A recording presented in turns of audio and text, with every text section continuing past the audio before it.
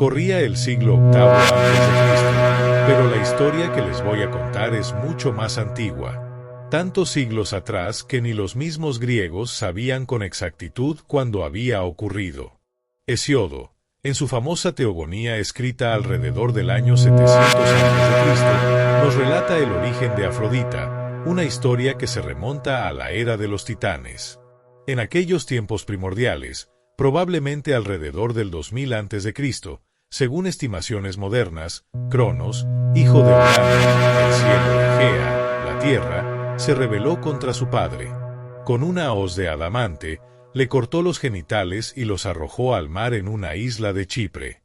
Fue en ese momento, entre los años 2000 y 1600 a.C., durante la Edad del Bronce, que la sangre y el semen de Urano se mezclaron con las aguas del Mediterráneo. De esa espuma divina nació Afrodita, cuyo nombre significa literalmente nacida de la espuma. Las horas, diosas de las estaciones, la vistieron con ropas brillantes y la coronaron con flores. Los vientos suaves la llevaron a la orilla de Chipre, donde fue recibida por ninfas y seres marinos. Este evento, aunque mitológico, se asoció con la isla de Chipre, donde desde el siglo XII a.C. se han encontrado evidencias arqueológicas de su culto. Así, sin infancia, sin madre, Afrodita llegó al mundo como un símbolo de amor y deseo. Su influencia se extendió por el Mediterráneo, y para el siglo VIII a.C., cuando Hesíodo escribió su Teogonía, ya era una de las deidades más importantes del panteón griego.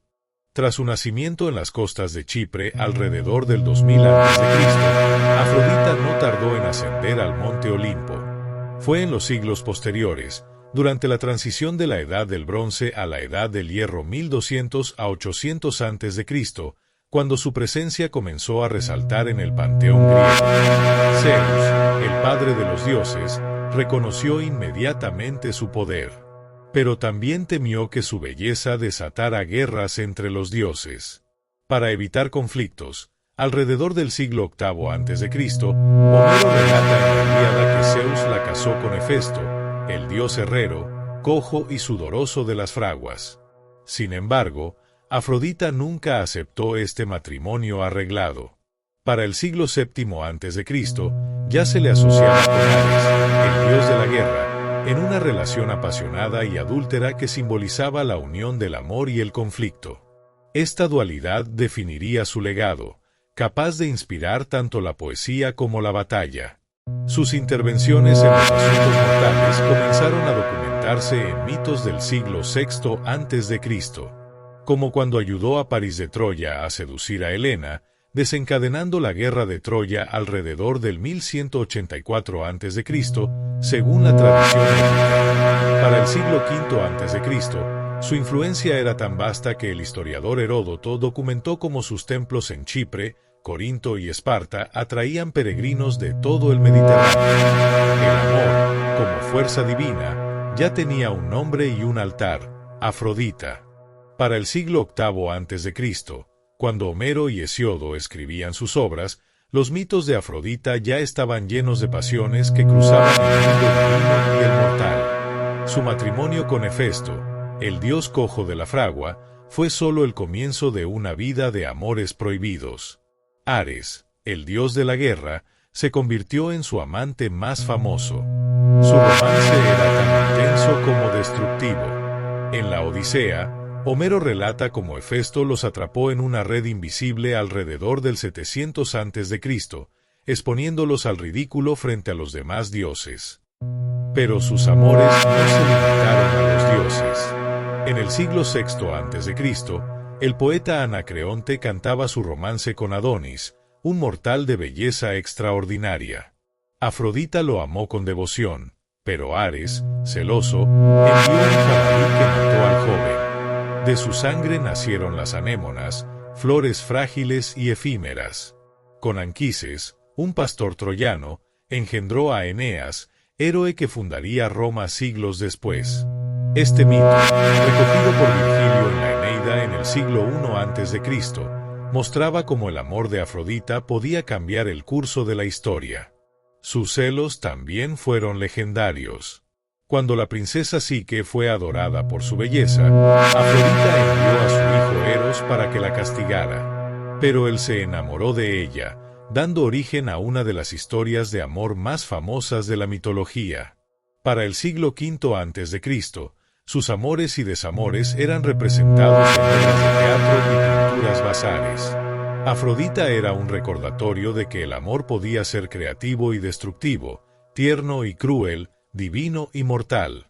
En el siglo XII a.C., según la tradición épica, una boda en el monte Olimpo desencadenaría el conflicto más famoso de la antigüedad. La diosa Eris, furiosa por no ser invitada, lanzó una manzana dorada inscrita con para la más hermosa entre Afrodita, Hera y Atenea. Zeus, negándose a elegir, encargó a Paris, un pastor troyano, que decidiera. Las tres diosas lo tentaron. Hera ofreció poder, Atenea sabiduría, pero Afrodita prometió el amor de la mujer más bella del mundo, Helena de Esparta. Paris eligió a Afrodita. Siguiendo su promesa, la diosa guió a Paris a Esparta, donde Helena, esposa del rey Menelao, cae bajo su hechizo. Así comenzó el secuestro o fuga que desató la guerra de Troya alrededor del 1184 a.C., según cálculos antiguos. Durante los 10 años de guerra, Afrodita protegió ferozmente a Paris y a los troyanos. En la Ilíada, Homero relata cómo intervino en batalla salvando a Paris de morir a manos de Menelao y rescatando a Eneas cuando estaba a punto de ser asesinado. Su parcialidad enfureció a otros dioses. Ares luchó a su lado, pero Hera y Atenea apoyaron a los aqueos. El Olimpo se dividió, reflejando los conflictos humanos en una escala divina.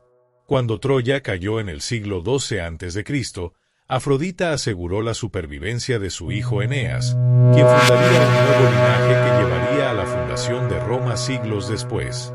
Así, incluso en la derrota, su influencia perduraba. Para el siglo VIII a.C., cuando Homero compuso la Ilíada, el juicio de Paris ya era un símbolo de las consecuencias impredecibles del deseo.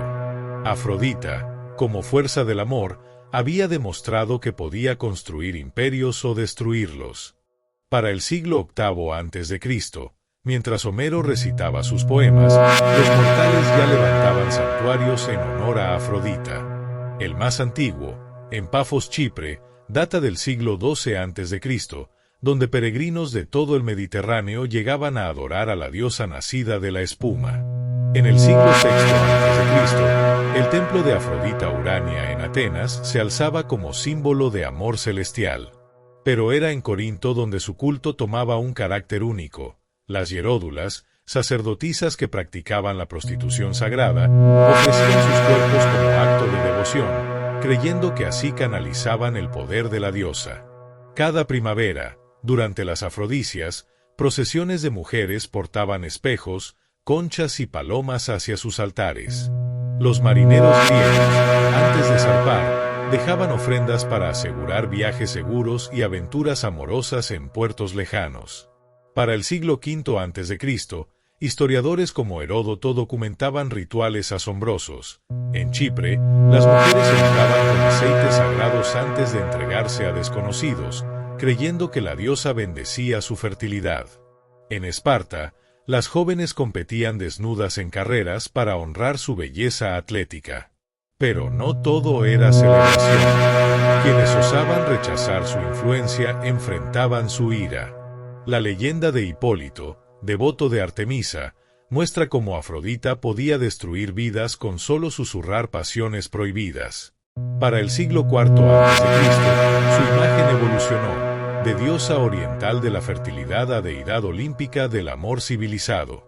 Platón, en el Banquete, distinguía entre Afrodita Urania amor puro y Pandemia amor físico, reflejando la dualidad de su culto. En el siglo IV a.C., el escultor Praxíteles hizo algo revolucionario, esculpió a Afrodita desnuda por primera vez.